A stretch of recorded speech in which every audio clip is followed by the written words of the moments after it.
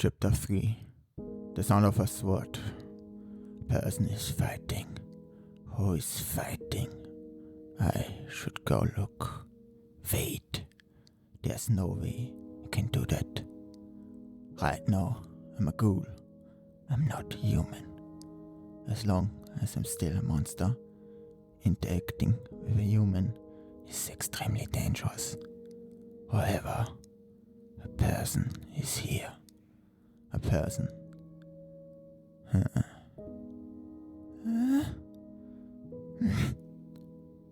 Yeah.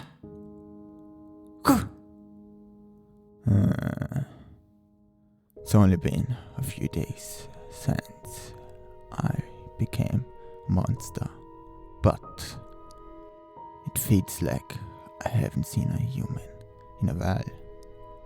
If I can just mask my presence and peek at them.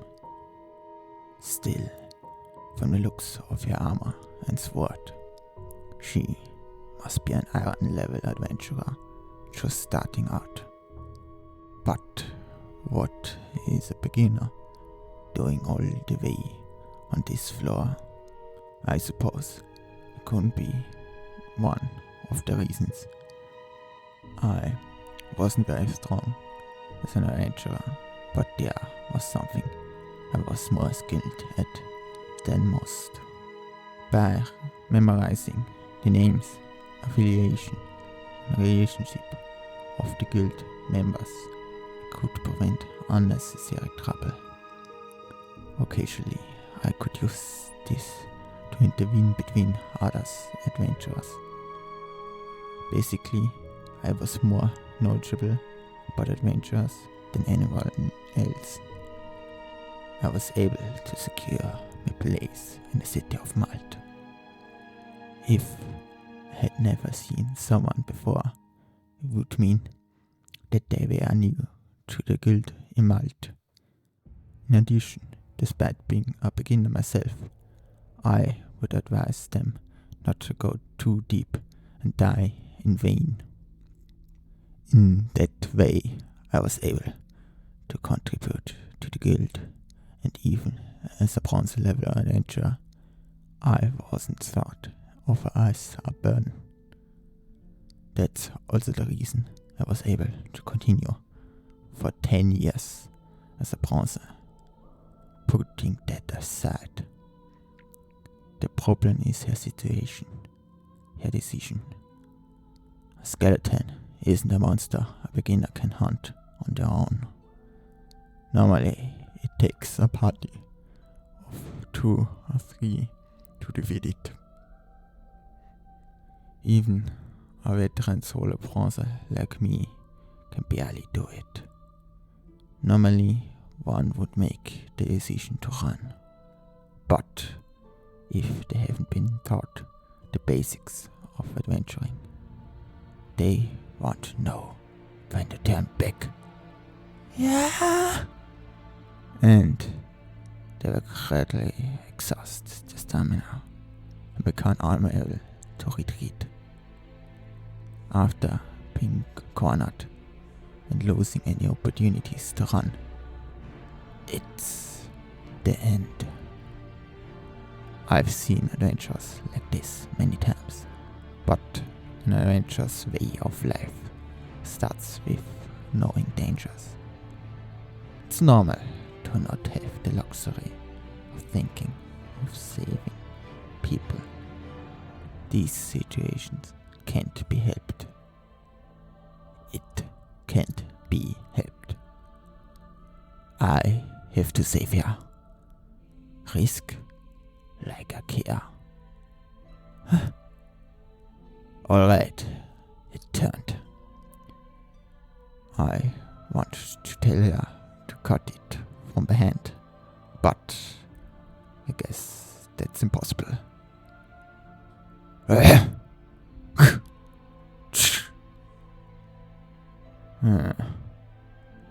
Amazing! A skeleton instantly. I'm surprised by myself.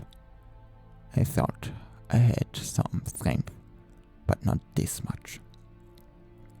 This is the power of existential illusion. This rate, wonder if the day I become a vampire is close. Don't! Come closer! Well, I guess that's no surprise. I'm a ghoul that instantly defeated a skeleton she was struggling with. There's no way a ghoul would appear on the early floors in the labyrinth of the reflected moon.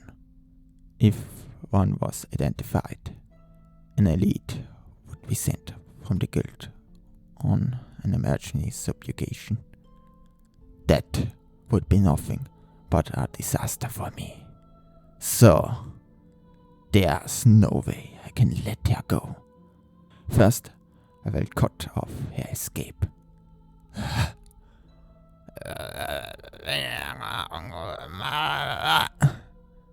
And immediately. I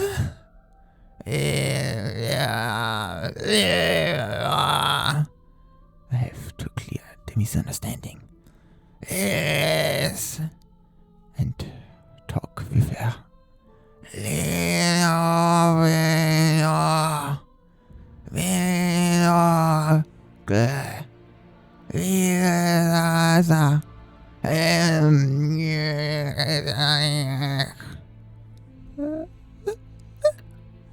It's saying something.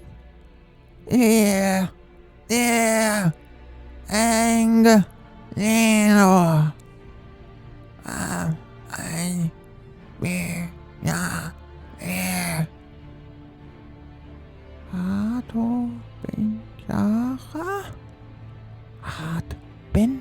adventurer. Are you possibly you are that an adventurer? Yeah. Lento. Mr. Lento? Lento. Ah, Mr. Lento. So, Mr. Lento, why did you end up? I don't know. What?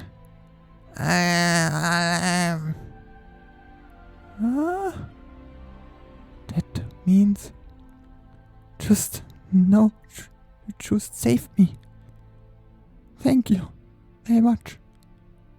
I'm sorry it took so long. It's fine. Don't worry. I killed each other. That's why I am a fever. As long as you don't want to eat my flesh. I don't care. Please. Buy me clothes. Clothes? I see. So that's what you want. If you remain like this, if another adventurers come by, you will be taken for a monster and attacked. So you want to close, you would be able to go to the city outside. In that case, would a robe that covers your body be best? I would be happy if you would do that. I'm lucky she's so sharp. It's easier than I first thought, but she might be able to do something with this. This might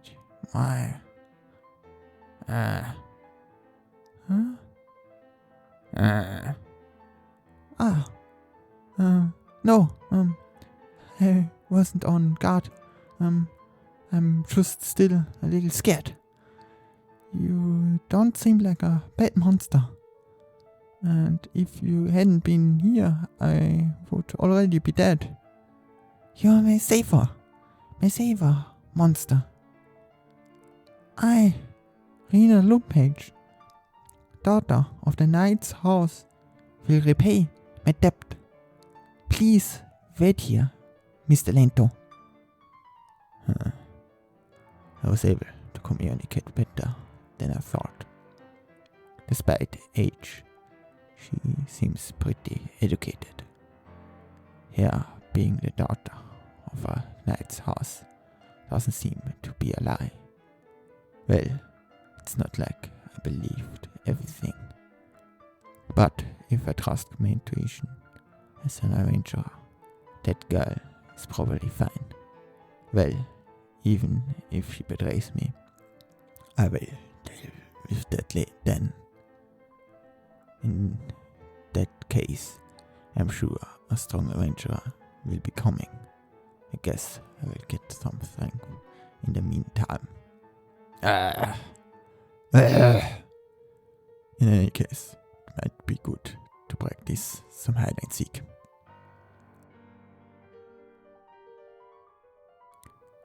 Yaran Kingdom, City of Mud, Guild.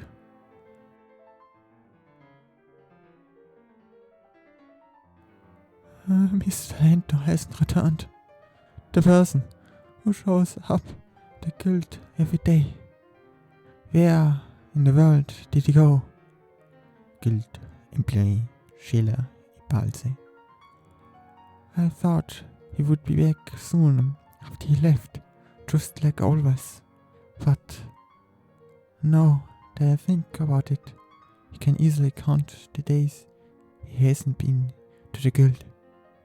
He always enters the labyrinth at the same time every day, and he would always return to the guild at the same time, resupply and report the completion of requests. Then he would start his own studying. That's his routine. That's his day to day. Even so, I've known Mr. Lento for over 5 years now. I remember hating it when I first became his advisor. It's not that I hated him. Giving guidance to those without ability is part of our job. It wouldn't be strange to be thinking about retirement if you're only bronze level after 5 years. I had convinced myself I would be handed a case to fire, but he was different. It was because his true strength would never be reflected by his fighting ability or class. Learning and knowing the people in the area, nurturing and teaching the new adventures basic manners and techniques, always taking on the missions that no one else wanted to do.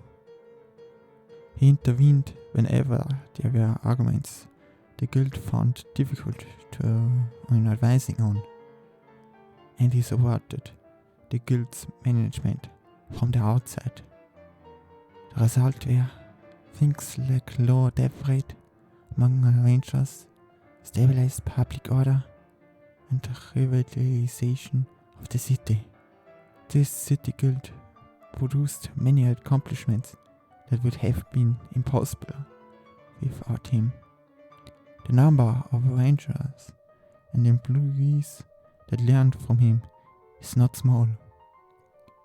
Even though most of the top brass in the city are receiving guidance from Mr. Lento, he was never rewarded for what he did, which was surprising.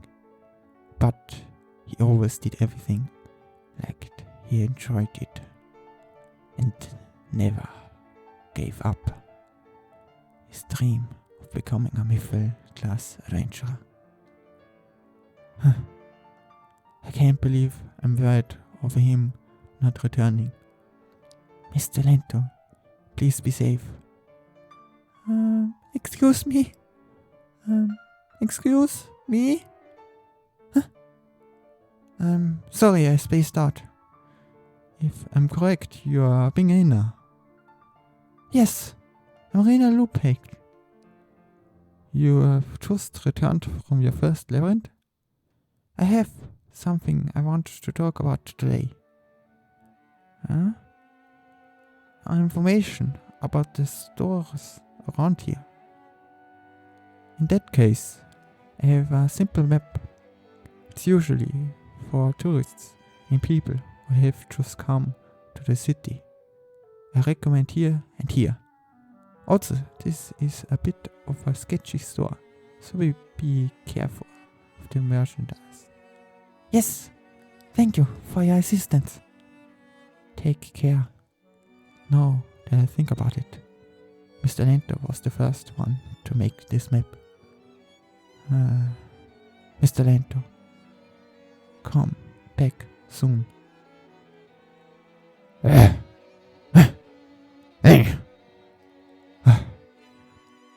I don't remember how many I have defeated anymore. Before, I was a skeleton that might die trying to take a single enemy down. But even against multiple opponents, one big slash puts them in two. It's not like my ability with a sword has increased or anything though. The power in my body, in addition to simple body strength, the amount of magic, vitality and spirit is continuously increasing. The body that was heavy before is now moving perfectly to my will. I wonder if the ones who made it higher than me saw the world like this from the beginning. If I could, this is how I would have wanted it to be while I was still living. When I was alive, I would always imagine how I wanted to move my body while swinging a sword. I would get blood blisters. They would burst and I would keep swinging. But no matter how much I swing, my body would never move exactly as I imagined. Well, even after dying, I'm able to fight with my own will. So I guess that's fine. Excuse me? That's you, right, Mr. Lento? It's Lento. I'm sorry, I scared you. It's fine, but honestly, your speaking, it's gotten a little better. I guessed. That's great. After all, you have plans to go into town after this. Oh, that's right. Here are the things you ordered and your change. Is this I can't go over my whole body? Also, there seems to be more. Pouch and bandage. I thought those might be necessary as well if you wanted to hide your appearance. Thank you. I was right to leave it here. A sturdy rope, the porch, and small things are well made too. With this, no one will recognize me as a monster. No, the only problem is how much I can hide my face. Ah, I have a mirror. Would you like to take a look? How sharp is this girl? Yes. To be honest, I'm not used to it either. Since that was the case, I actually bought one more thing. The price wasn't that high either, and I thought it was perfect. What do you think of this, Mr. Lento? A mask. To be continued. Thank you for listening to Chapter 3. I hope you liked it. And see you next time. Bye bye.